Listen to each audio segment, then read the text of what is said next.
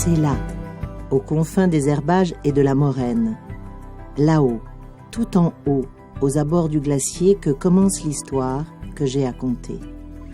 De ce fleuve qui naît et s'enfuit à perdre haleine en ce Valais qu'il endigua à grand-peine et qu'il traverse aujourd'hui sans méandre.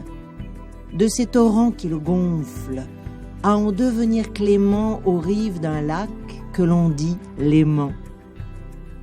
Pour mieux se faire miroir d'un jet sur les quais de Genève, menacé et sauvé aux pieds son Salève. Mais il nous le prépare, son trousseau d'un mariage annoncé avec Arves et puis Saône, en l'antique et belle cité de Calvin où pensa tant jadis Jean-Jacques Rousseau.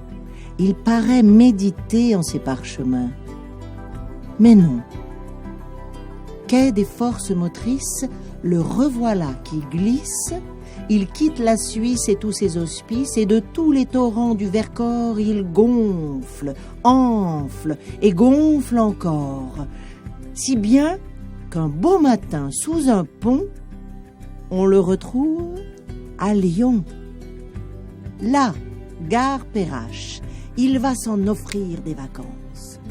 Et plus tard, il dansait tout en rond comme un fou en l'hérétique cité d'Avignon. Cigales et Mistral, déjà, lui chantent un air de Provence. Mais de rejoindre la mer, il lui tarde. À Arles, il musarde et rejoint la Camargue en un département qui le nomme Ultime Touche. Déjà, il en a l'eau à ses bouches. Ô mer tant attendue, ô Méditerranée, ô Rhône, quelle fut belle ta virée. Le fleuve Rhône, mes chers collègues, est un fleuve à régime torrentiel et son histoire est aussi vieille que notre histoire de France. Ce fleuve, difficile à dompter, presque toujours abondamment pourvu d'eau, quelquefois affligé par des seuils qu'il est impossible de passer, a donné lieu à de nombreux tourments pour les générations qui nous ont précédés. Il fut un temps où l'histoire des tentatives faites pour triompher du Rhône dans ses différentes parties, si diverses d'ailleurs, et de tempéraments si dissemblables, était une espèce de martyrologue. Songez que dans le Rhône, seul passe tous les jours devant nos yeux stupéfaits et un peu humiliés 800 000 chevaux de force dont on ne fait aucun usage. Le Rhône sera aménagé selon un triple point de vue: navigation, agriculture et hydroélectricité. 1899 est une date importante. C'est en fait une réunion des chambres de commerce à Lyon.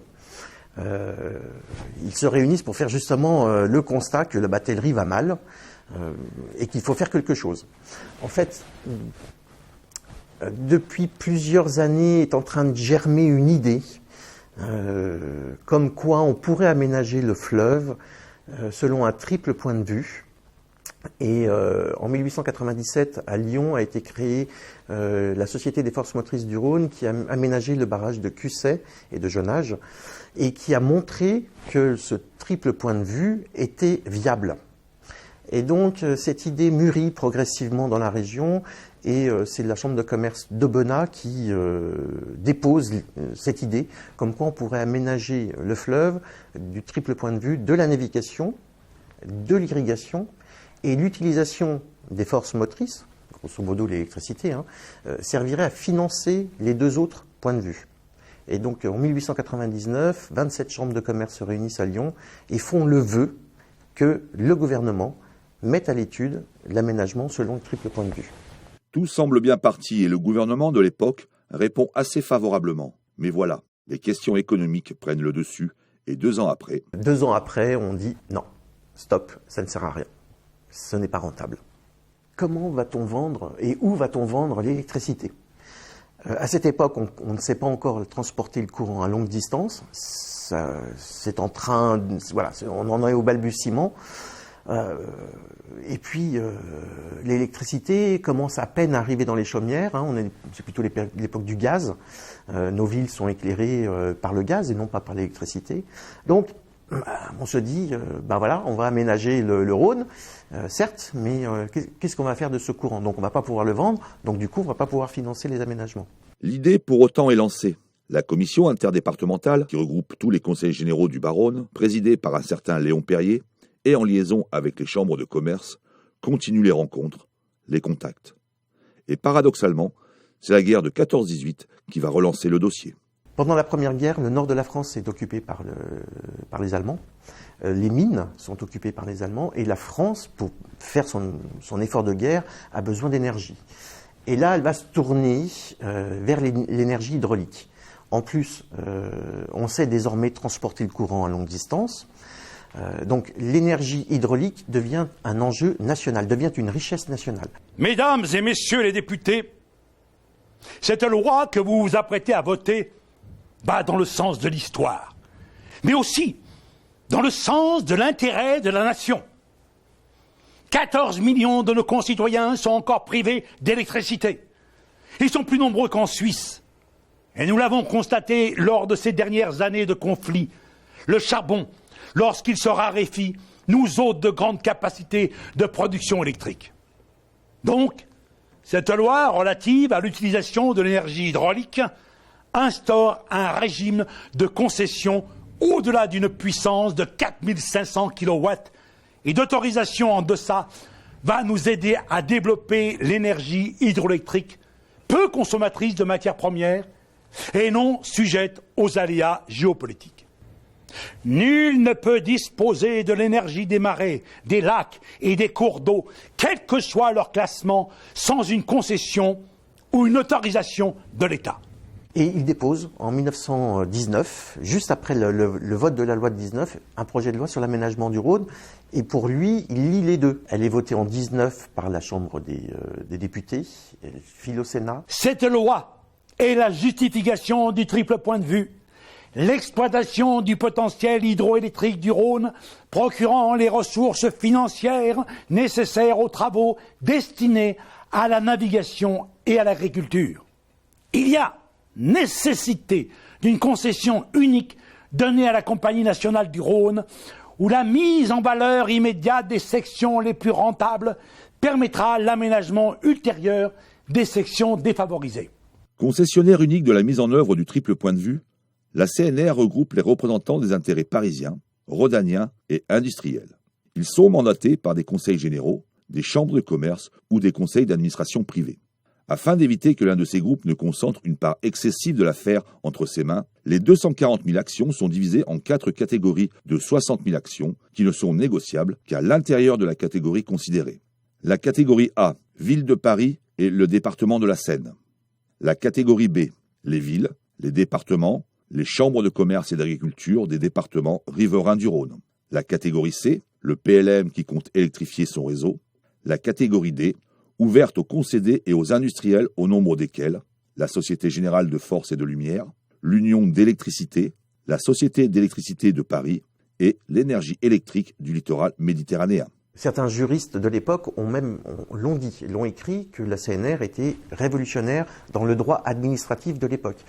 En France, il n'y a pas de société d'économie mixte. L'économie mixte n'existe pas. Arrive le 27 mai 1933. C'est l'Assemblée constitutive à Lyon, en grande pompe. Léon Perrier devient le premier président de la CNR. Léon Perrier, c'est un universitaire. Il est de l'Ardèche. D'après les témoins de l'époque, il semblerait qu'il ait une vraie mystique du Rhône.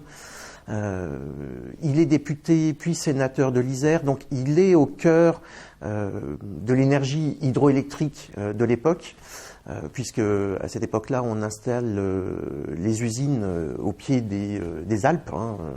Il est proche de Bergès, il est proche d'un certain nombre d'industriels, et donc on combine l'énergie hydroélectrique, l'absence de charbon, et puis la mystique du Rhône. Et voilà, pour lui, c'est un radical socialiste, il est d'esprit coopérateur.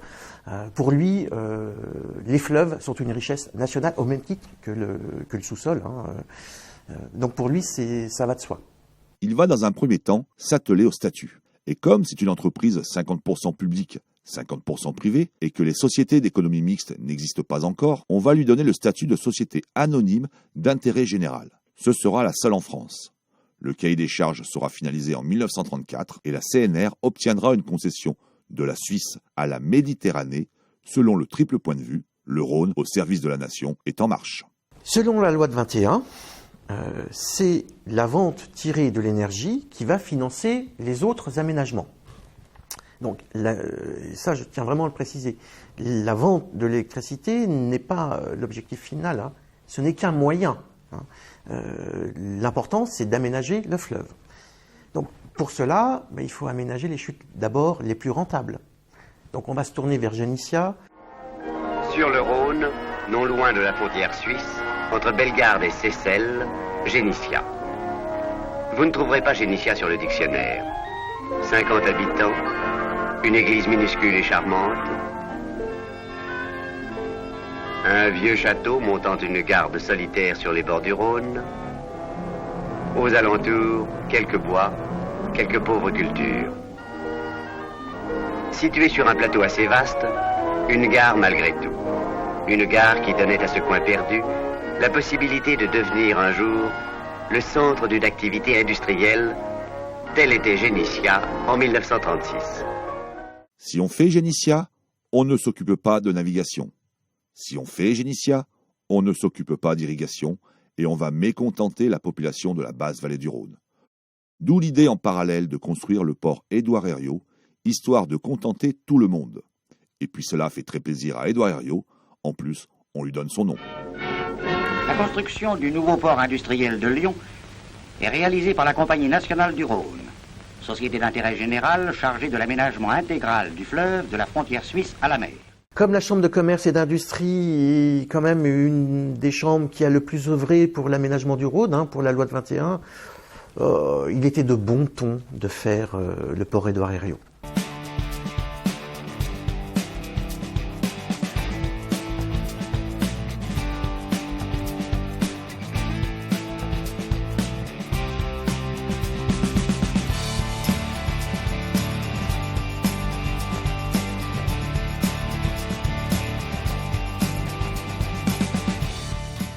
Le port Édouard Herriot, inauguré en 1937, est tout de même l'arbre qui cache la forêt.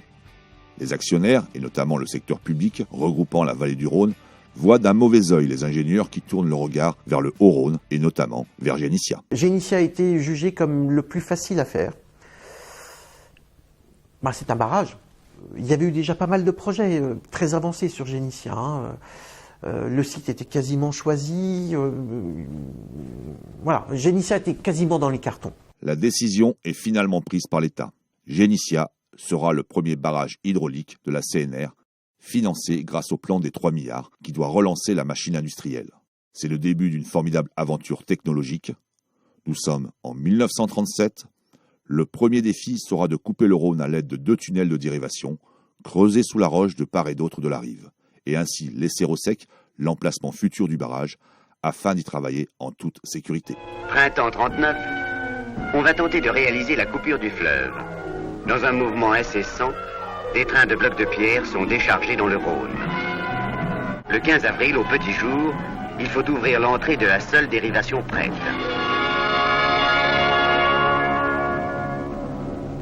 De justesse, la partie est gagnée. Le Rhône a libéré l'emplacement du chantier. Les massifs de coupure apparaissent à sec. Il y a des barrages de papier, des groupements d'actionnaires qui disent « ça sert à rien, vous allez aménager Génissia, vous ferez mieux de vous occuper de la navigation sur le fleuve ». Les industriels qui craignent l'arrivée des kilowattheures de Génissia en se disant « mais ça va faire chuter le prix du kilowattheure ». Puisque Génissia est un aménagement, c'est le Niagara français, donc c'est conséquent. Et ce barrage sera lui-même un véritable roc de béton qui devra résister à la poussée des eaux par son seul poids. L'usine s'adosse à sa paroi. L'un et l'autre formeront un tout dont on a peine à mesurer la taille.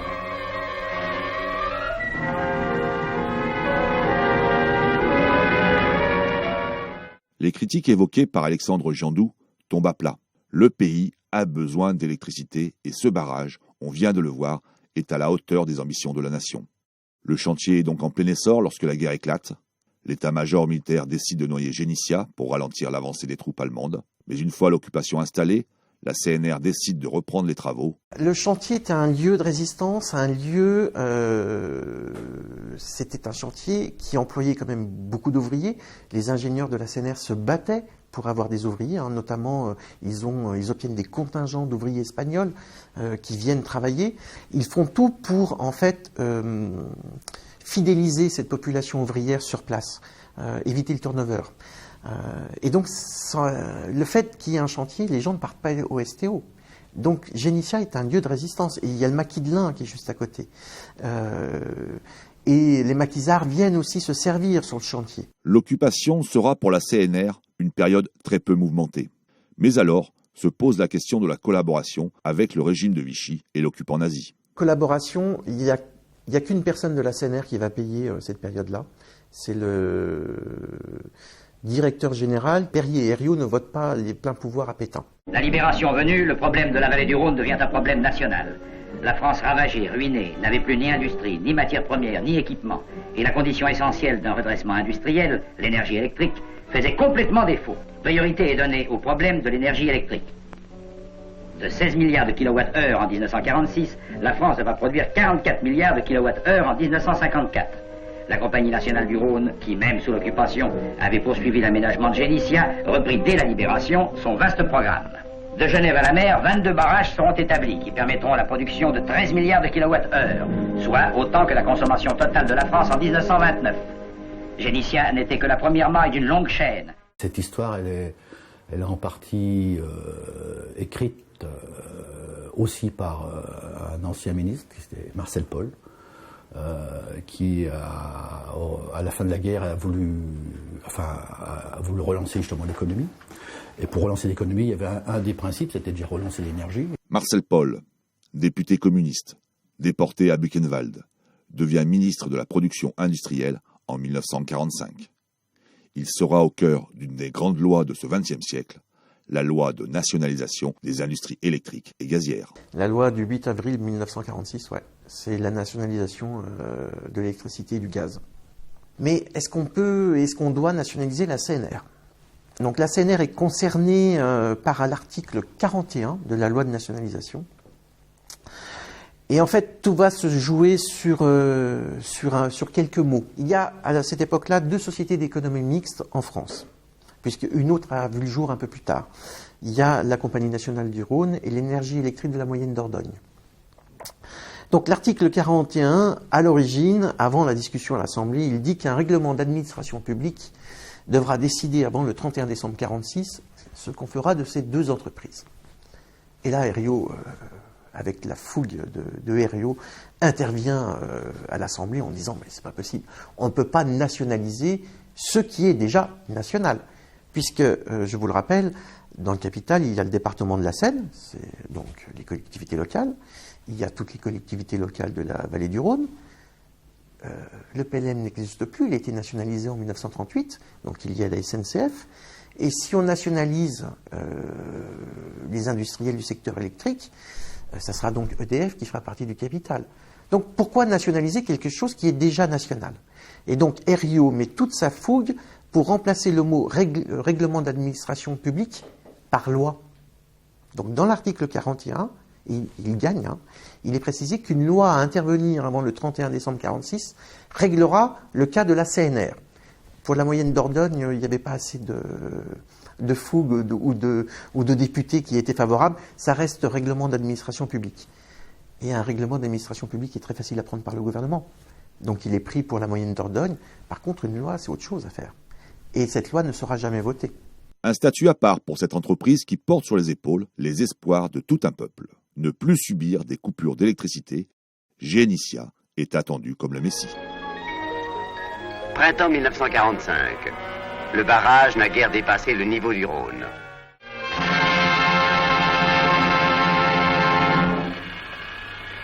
Il n'aura pas fallu plus de quelques mois pour que, sur la rive droite, l'usine commence à prendre forme. Lorsqu'on regarde le chantier, On a souvent l'impression qu'il est désert tant il est vaste, et pourtant, que de monde au changement d'équipe. Pendant l'été, le rythme des travaux s'est encore accéléré. Les 6 conduites forcées sont maintenant noyées dans le béton.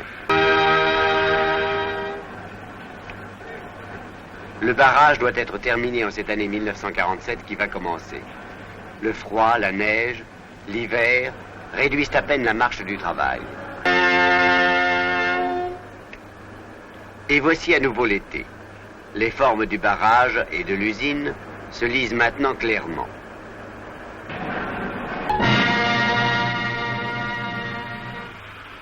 Septembre 1947. L'édification du barrage touche à sa fin. Le barrage est pratiquement terminé, mais à l'usine, on force le rythme du travail pour achever les premiers groupes. Voici la première bâche spirale, dans laquelle l'eau qui sera amenée par la conduite forcée tournera et sera dirigée sur les aubes de la turbine. Dans le bruit lancinant des machines, les opérations se suivent. Couronnement des efforts d'une multitude de travailleurs, ingénieurs, dessinateurs, forgerons, mécaniciens, électriciens, monteurs, efforts magnifiquement coordonnés. L'œuvre s'achève. Demain, tout ce qui rappelle encore la sueur, l'effort, l'inquiétude aura disparu. Et l'œuvre nouvelle prendra sa place dans l'harmonie des choses. C'est l'inauguration en grande pompe de Génissia, c'est toute la presse nationale et internationale en parle, c'est, comme je le disais tout à l'heure, c'est le Niagara français, c'est la gloire du génie français, c'est c'est le symbole du relèvement national, c'est la fin des coupures d'électricité, Génissia, c'est une cathédrale à la gloire du génie français. Oui. 48, il y a déjà EDF, donc c'est déjà la politique de péréquation des tarifs. C'est la France entière qui est contente. C'est pas que les Parisiens cette fois. Le courant de Génissia va dans tout le pays. À 70 km de Génissia, Seyssel, barrage complémentaire, régulateur des eaux de Génissia, se construit. Désormais, la CNR construit des centrales,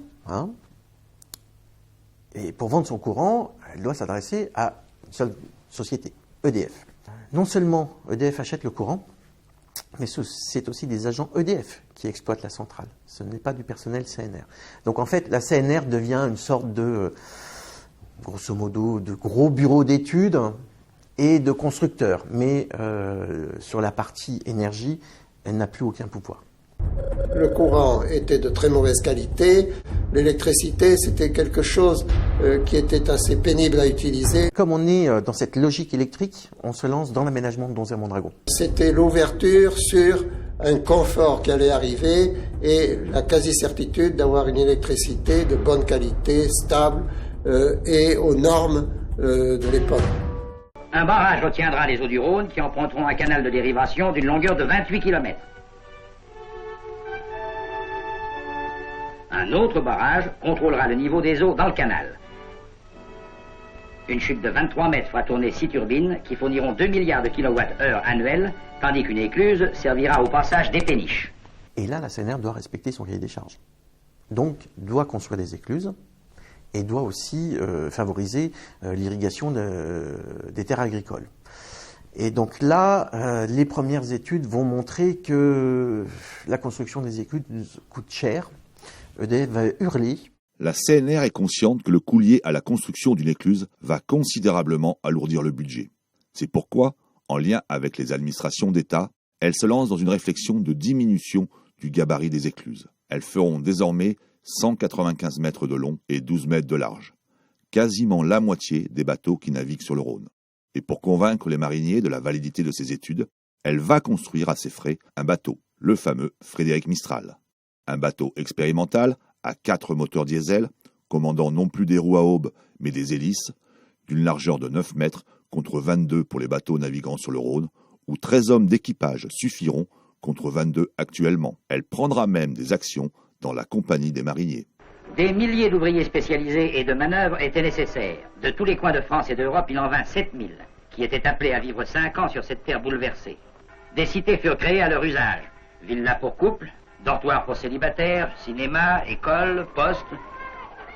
C'est sûrement le chantier de la CNR qui aura marqué le plus les esprits.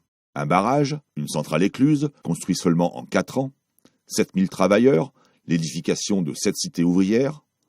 On y travaillait quasiment jour et nuit. Les engins étaient surdimensionnés.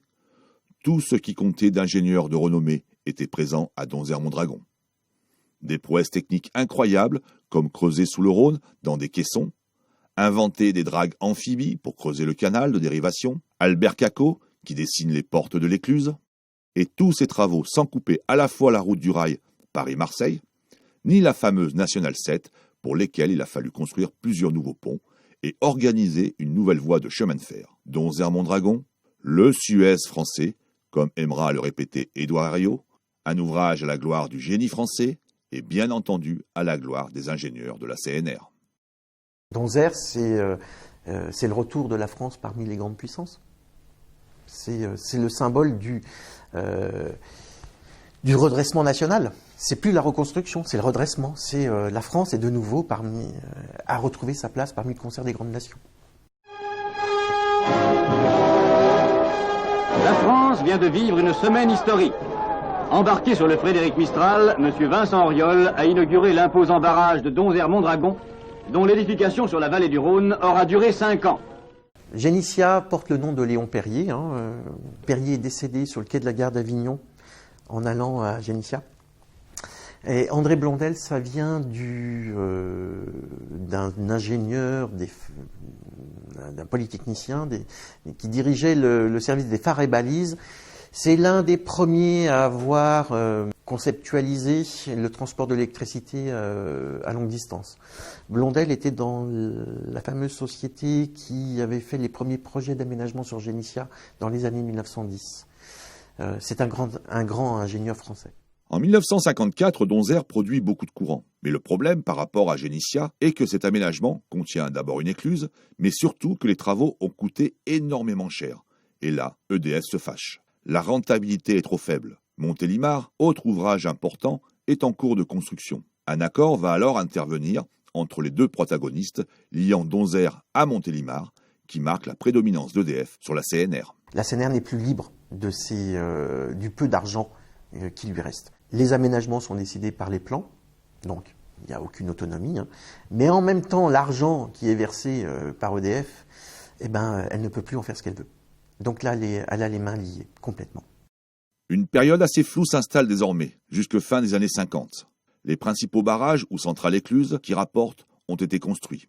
Il s'agit donc de Génissia en 1948, de Seyssel en 1951, de Donzère-Mondragon en 1952, de Châteauneuf-du-Rhône en 1957, et Bex-Logineuf est en route. Il sera inauguré en 1960.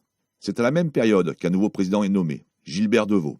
EDF redit que les futurs aménagements ne sont vraiment pas rentables et préfère investir dans les centrales thermiques. Nous sommes dans une période où le fioul est très bon marché. Le président sait que désormais la production hydroélectrique n'est plus porteuse. Il s'agit désormais d'avoir d'autres idées. Et le contexte politique lui en offre l'opportunité. L'État se lance dans une politique d'aménagement du territoire.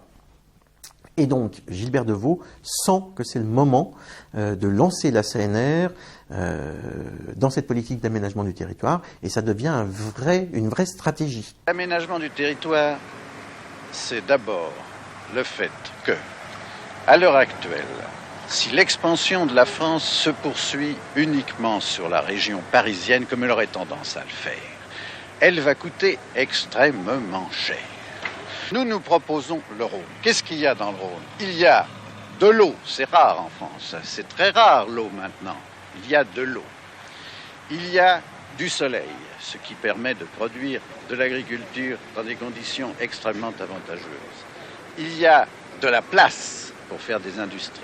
Après la belle centrale de Beauchastel, inaugurée en 1963, Pierre-Bénite est donc la première marche en partant de Lyon pour ce grand projet d'aménagement du sud de Lyon.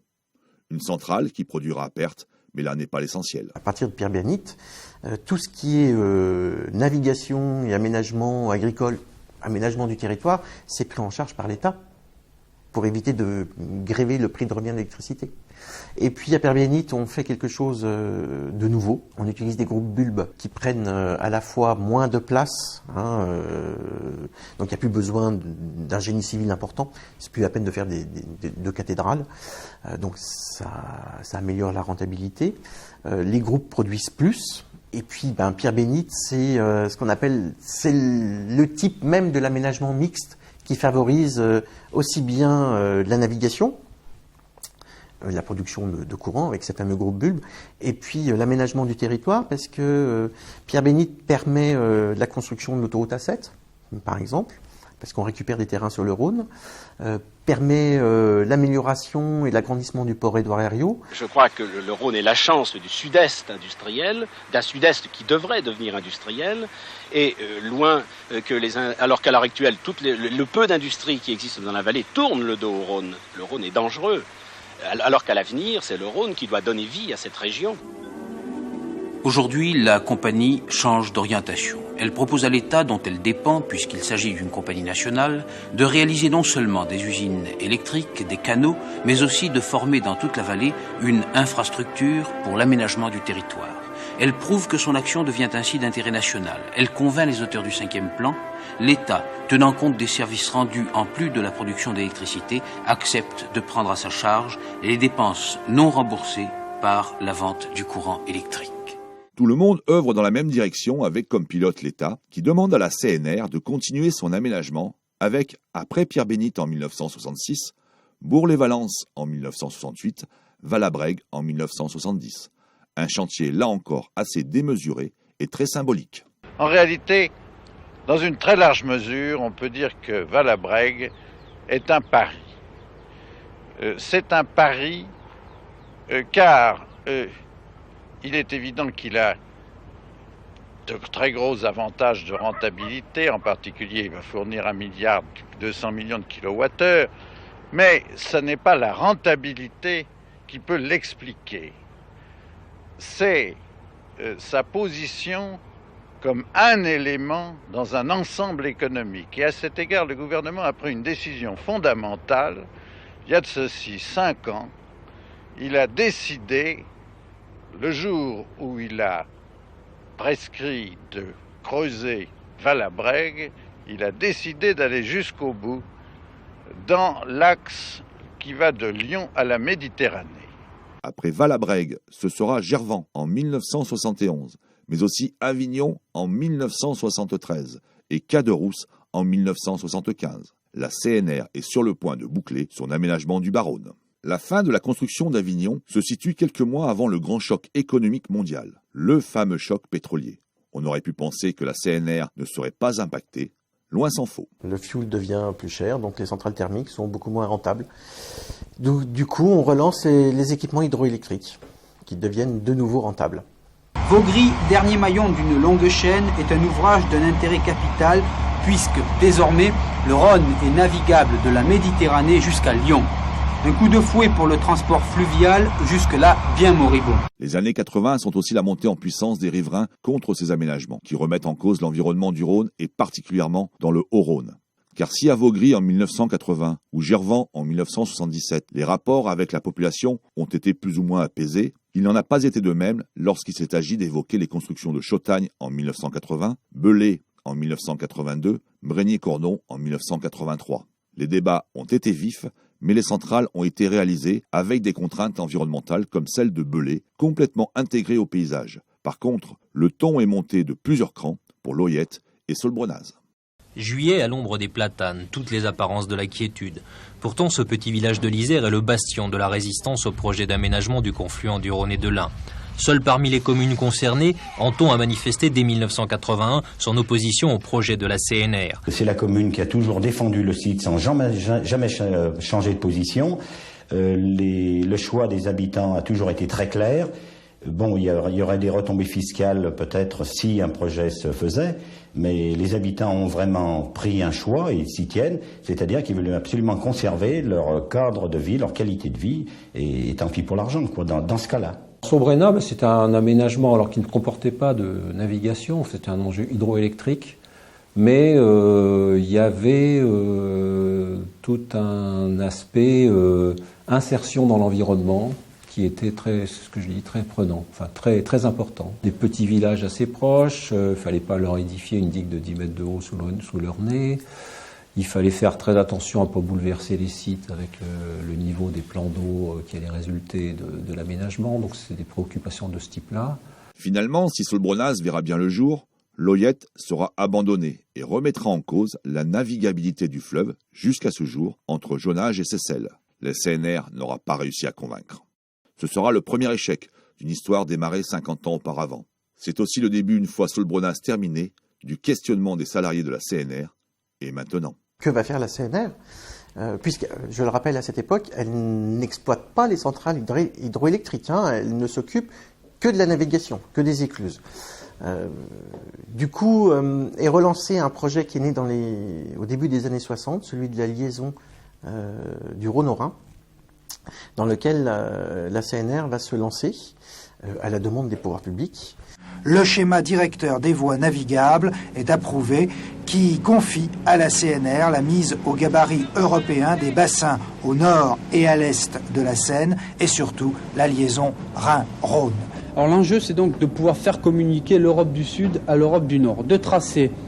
Le premier, c'est un tracé qui passe donc par les détroits, par la mer Noire et qui relie les ports donc de la mer Noire à Rotterdam. Ce tracé est long de 3500 km, seulement il a un avantage, c'est qu'il est en cours de réalisation. Le dernier tronçon qui n'est pas encore ouvert, c'est celui qui relie le Danube au Main, et ce tronçon sera ouvert grâce aux Allemands en 1991. Côté français, un tracé plus court puisqu'il est de 1630 km, c'est le tracé qui relie le Rhin au Rhône. Seulement, voilà le problème, c'est que la liaison le canal à grand gabarit entre le Rhin et le Rhône n'est toujours pas ouverte et on attend en ce moment les financements.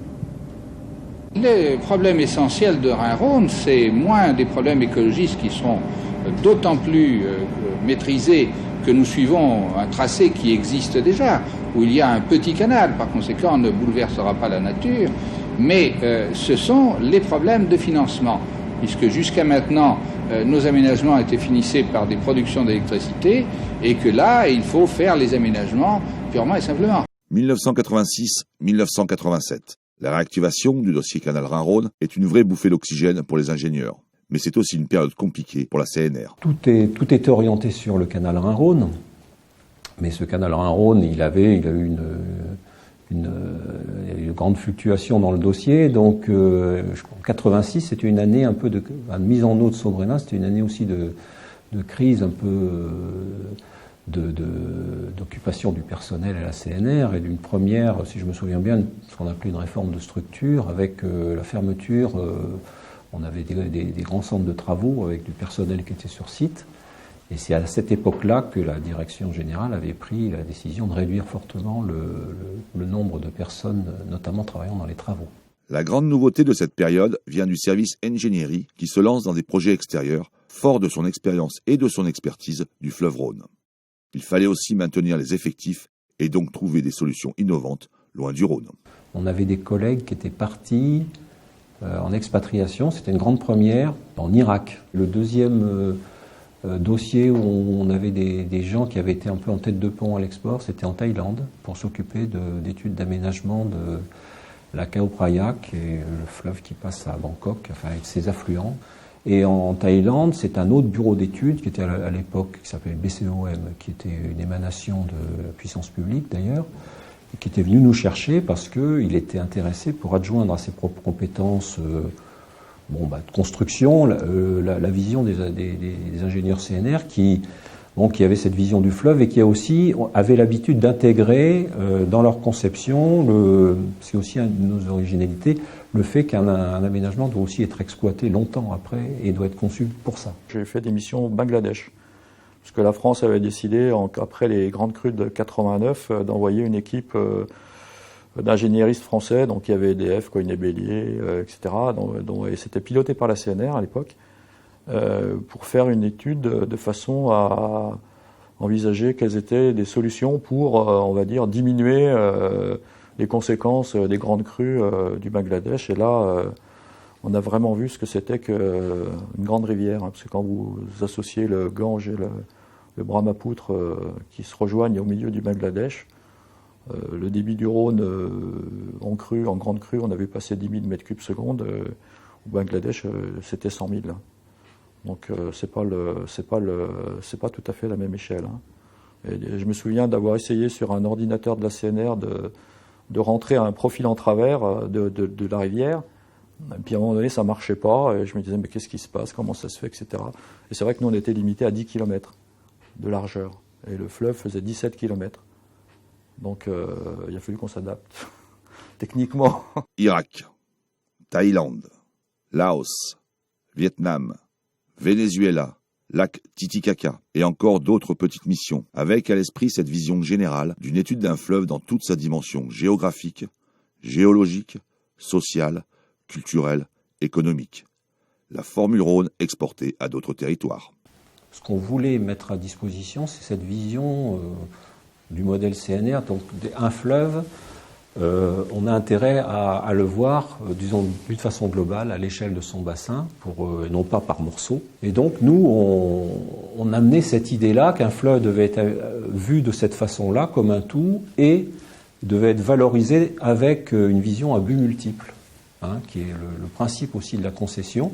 Alors, ça paraît un peu, bon, on peut dire qu'est-ce qu'il y a de si original, mais on s'aperçoit que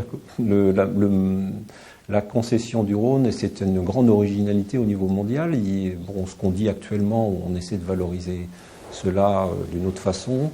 On s'aperçoit qu'il n'y a qu'un exemple aux États-Unis, et puis c'est tout. Hein, je veux dire, il y a la Tennessee Valley Authority, sinon il n'y a eu aucun exemple de compagnie, d'entreprise qui a été chargée d'aménagement global du fleuve. Et nous, on envisage justement, on n'envisage pas d'aménager un fleuve sans se poser la question à la fois de l'hydroélectricité, de la navigation, de l'irrigation, voire de d'autres types d'aménagements à caractère maintenant socio-culturel ou environnemental ou touristique. On apporte ça. Malgré toutes ces missions à l'étranger, les ingénieurs, les techniciens, le personnel CNR dans son ensemble ont les yeux rivés sur le projet Rhin-Rhône. Ils ne pensent qu'à cela. C'est en 1992 que le projet repart de plus belle, même si les ingénieurs restent dubitatifs du fait des atermoiements des politiques. Ça n'a jamais vraiment démarré, il n'y a jamais eu vraiment de volonté politique d'aller jusqu'à... Donc il y a des petits bouts de choses qui ont été faites par les CNR à droite à gauche. On a fait le canal de Niffer, on a fait le contournement de Mâcon, des ponts de Mâcon qui étaient destinés à justement aménager la Saône à grand gabarit, parce que si on voulait faire Rhin-Rhône, il fallait déjà faire la Saône. Madame, monsieur, bonsoir. La décision est enfin tombée ce matin. Le projet de canal Rhin-Rhône à grand gabarit va être partiellement réalisé. Le gouvernement a en effet décidé de charger la Compagnie nationale du Rhône de réaliser les deux extrémités du canal, la section Chalon-sur-Saône-Tavaux et la section Niffer-Mulhouse. Au total, 45 km sur les 230 du projet initial. Pour le reste, peu d'assurance dans l'immédiat de la part du gouvernement, si ce n'est la décision de proroger la déclaration d'utilité publique. En 92-93, on a commencé à monter de plus grosses équipes pour pousser à la demande du gouvernement les études de Rhin-Rhône. On en parle depuis un siècle, on y travaille depuis 30 ans. Aujourd'hui, le canal Rhin-Rhône est une réalité. Oui, le canal Rhin-Rhône, c'est parti. C'est l'engagement du gouvernement que je suis venu confirmer. Et c'est parti dans le souci aussi du dialogue et de la transparence. Et donc c'est bien parti. C'est une chance pour la France. C'est un grand projet d'aménagement du territoire. EDF et la Compagnie nationale du Rhône ont donc officiellement créé une nouvelle société, la Sorelif Saône-Rhin. Cette société a pour but de relier le Rhône au Rhin par le biais d'un canal de 214 km. Ce chaînon manquant permettra à terme de créer un axe mer Méditerranée-mer du Nord. Coût de l'opération, 17 milliards de francs entièrement financés par EDF. 24 barrages devront être construits, de multiples infrastructures de transport et d'ouvrages d'art seront édifiés. Le projet est colossal, mais il est vecteur d'embauche. Le canal devrait ainsi créer plusieurs milliers d'emplois en 10 ans. L'objectif du canal, c'est bien évidemment de développer au maximum le transport fluvial. En France, seulement 4% du transport de marchandises se fait par voie d'eau. En Allemagne, c'est 20%. Il y a donc un créneau à prendre. Ce que nous devons rechercher, c'est la complémentarité des moyens de transport. Et la voie d'eau viendra offrir, notamment pour le sillon rhodanien, des possibilités qui seront nécessaires quand on voit déjà la congestion qui se manifeste sur le rail et sur la route. Si tout va bien, les travaux devraient commencer dès 1997. Le canal, lui, sera opérationnel au plus tard en 2010, à moins qu'il ne rencontre de farouches oppositions. Les promoteurs du canal doivent savoir qu'en plus, ils nous trouveront sur leur route, à toutes les étapes, décidés à faire obstacle à un projet que nous considérons comme dément, débile et dépassé. En 96, on s'est vraiment lancé en grand sur le terrain, donc je portais le projet dans les communes le soir, dans les conseils municipaux, avec Mathias Scotti, qui était le responsable sur la région de Besançon. Moi, j'étais le côté technique, on va dire. Et on allait présenter notre projet aux différentes communes. Donc, on avait souvent un accueil. On finissait toujours par un verre de vin blanc et un morceau de fromage, mais pendant la réunion, c'était plutôt un peu glacial. Alors, ce qui se passe partout dans le monde, et qui a été très bien montré par l'Observatoire économique et statistique et transport, c'est que la part dévolue à la voie d'eau n'a pas cessé de baisser, y compris dans les secteurs où on a affaire non pas à des voies petites, péniblement aménagées à grand gabarit, mais à des fleuves qui sont d'emblée au gabarit fluvio-maritime. Je pense au Saint-Laurent, en Amérique du Nord, mais aussi au Rhin. Et ce que nous constatons, c'est que sur les voies qui sont déjà à grand gabarit, le vol du fret a été fait au rail et non pas à la route. Ce qui fait que je crois qu'on peut affirmer que la voie fluviale n'est pas une réponse à l'explosion du transport routier de marchandises. Raymond Barre se fâche à propos du grand canal Rhin-Rhône. Le maire de Lyon dénonce, je le cite, l'enlisement organisé du dossier. Il a hier exigé du gouvernement qu'il décide clairement, une fois pour toutes, de l'abandon ou de la poursuite du projet. Certaines administrations et certains cabinets ministériels liés à ces administrations bloquent par toutes sortes de moyens la réalisation du projet. Il faut une volonté politique. Il faut savoir si les décisions prises par le Parlement, les lois votées par le Parlement sont respectées. Et il faut savoir si le gouvernement est capable d'imposer sa volonté à ceux qui dépendent de lui. Et puis, le contexte politique a fortement s'est dégradé, enfin vis-à-vis du canal en tout cas très vite, au moment de la campagne, quand Chirac a dissous l'Assemblée nationale, donc il y a eu des élections législatives, et malheureusement, le canal a été un des dossiers emblématiques. Toujours est-il que Dominique Vonnet en avait fait un objet de négociations politiques et qu'elle avait mis dans la balance en disant la première chose qu'on fera si on est élu, c'est d'arrêter le canal. Et ça a été un coup d'arrêt énorme, effectivement, et brutal. Une révision de la procédure de déclaration d'utilité publique sera engagée. Ainsi sera évitée la mise en chantier d'équipements lourds dont les nuisances et les coûts sont disproportionnés par rapport aux avantages que peut en retirer la collectivité. Tel est le cas du projet de canal à grand gabarit Rhin-Rhône dont le gouvernement a décidé l'arrêt. On avait juste eu le temps de monter la société de réalisation de la liaison fluviale qui s'appelait Assorelif. Donc j'avais quitté la CNR pour aller dans cette nouvelle société. Je devais m'occuper des terrassements. On a juste eu le temps de s'installer dans les bureaux. On a presque commencé à écrire des notes d'organisation de nos services. Et puis voilà, les élections sont arrivées, donc on s'est replié, donc on a une période un peu de traversée du désert, et puis quand même un certain spleen, hein, parce qu'en fait c'était quand même un projet qui nous tenait à cœur, donc de le voir abandonné comme ça a été un peu dur. Madame, Monsieur, bonjour. La décision du gouvernement Jospin d'abandonner le projet de Grand Canal continue de susciter des réactions. La CNR, on le sait, demande des compensations pour les fonds engagés depuis 20 ans dans les études. Tout comme la Sorelif qui perd sa raison d'être, la CNR s'interroge sur son avenir. Ambiance dans les bureaux de ces sociétés à Lyon. Dans les bureaux de la Sorelif à Lyon, les études sont dans les cartons. Cette filiale d'EDF et de la Compagnie nationale du Rhône devait être le maître d'ouvrage du canal Rhin-Rhône. Depuis 2 ans, 80 personnes travaillaient ici à la déclaration d'utilité publique et aux travaux d'infrastructure. Aujourd'hui, ils préparent le déménagement. La Sorelif sera dissoute. C'est jamais très agréable d'abandonner un aussi beau projet. J'ai vu arriver un ingénieur géologue, je me rappelle, il est venu un matin, juste après les élections, il est venu, et puis il est reparti immédiatement. Il était venu pour intégrer les équipes. La décision a été prise avant les élections. Et les jours où il est arrivé, il est reparti avec ses bagages, parce que ça ne servait à rien, quoi. La décision d'arrêter avait été prise, et puis on est passé d'une charge de travail vraiment intense, parce que c'était assez exigeant, à zéro. L'abandon pour Pour les salariés, l'abandon de ce projet, ça a été un peu comme un coup de poignard dans le dos. Même si elle s'achève avec même un profond sentiment de frustration, qui n'est pas pour nous dû à notre incompétence ou plutôt à des raisons politiques devant lesquelles il faut s'incliner. On est encore dans un pays démocratique, on s'incline toujours devant la démocratie. Mais c'est vrai qu'on a un sentiment de frustration, plus que d'échec. Alors qu'il permettait et qu'il aurait permis aujourd'hui d'ouvrir une voie vers la mer du Nord et pouvoir faire transiter de la marchandise du sud au nord de la France, notamment, mais du sud au nord de l'Europe aussi. Et ça, je crois que ça a été une grave erreur politique d'avoir abandonné ce projet. Est-ce que la voie navigable était suffisamment rentable ? Peut-être que dans 50 ans, oui.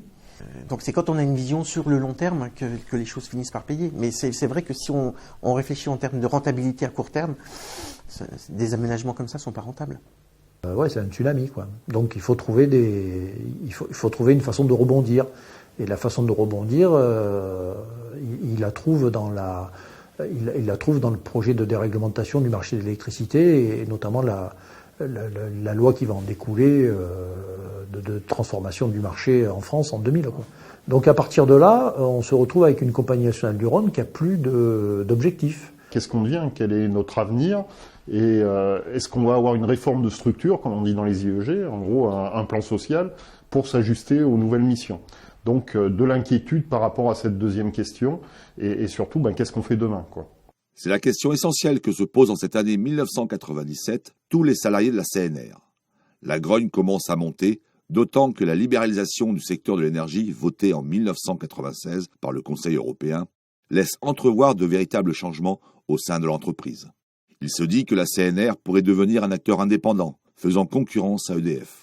Ce qui a pour conséquence de mettre également en colère les agents EDF du Rhône.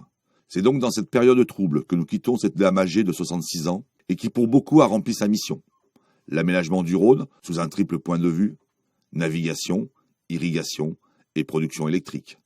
Mais pour les salariés de la CNR, tout comme pour les agents d'EDF, l'avenir de cette entreprise passe avant tout par leur propre avenir professionnel. Leurs aînés ont inscrit au fronton des équipements cette phrase qui résume ce pourquoi ils veulent encore se battre, le Rhône au service de la nation.